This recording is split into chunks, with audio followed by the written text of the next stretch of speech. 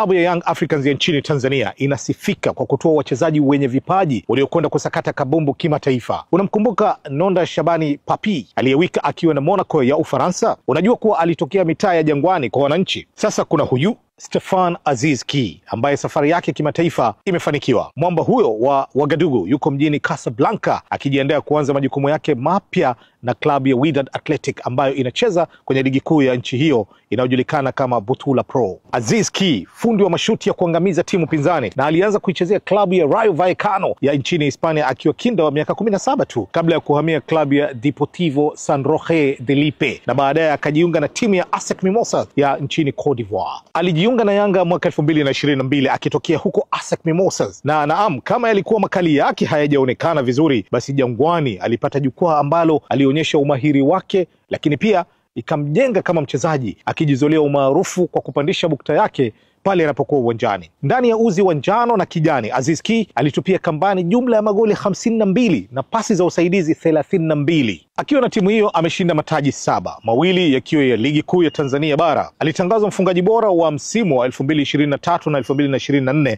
akiwa na jumla ya magoli 21, na amewahi pia kushinda tuzo ya mchezaji bora. Akitumia guu lake la kushoto, Aziz Ki huibua hofu kwa timu pinzani akiwa anajiandaa kupiga mipira ya adhabu, kwani huzipiga kwa ufundi akitafuta sehemu ya kutagia njiwa na kuacha makipa katika hali mbaya. Hadi kufikia sasa, Aziz Ki ameichezea timu ya taifa ya Burkina Faso maarufu kama The Stallions mechi 17 toka mwaka 2017. Hata akiwa Morocco, Aziz Ki bado anakumbukwa kwa shuti lake alilopiga dhidi ya Mamelodi Sundowns ya Afrika Kusini mwaka 2024 na kutinga wavuni kabla ya kukataliwa na mwamuzi Dahane Beida kutoka Mauritania. Hata hivyo, moja ya mashuti yake yalidakwa na mrembo na video vixen Hamisa Mobeto, na wawili hao wakafunga ndoa Februari 16, 2025. Je, mwamba huyu wa Wagadugu anaondoka na mashuti yake kuelekea Morocco?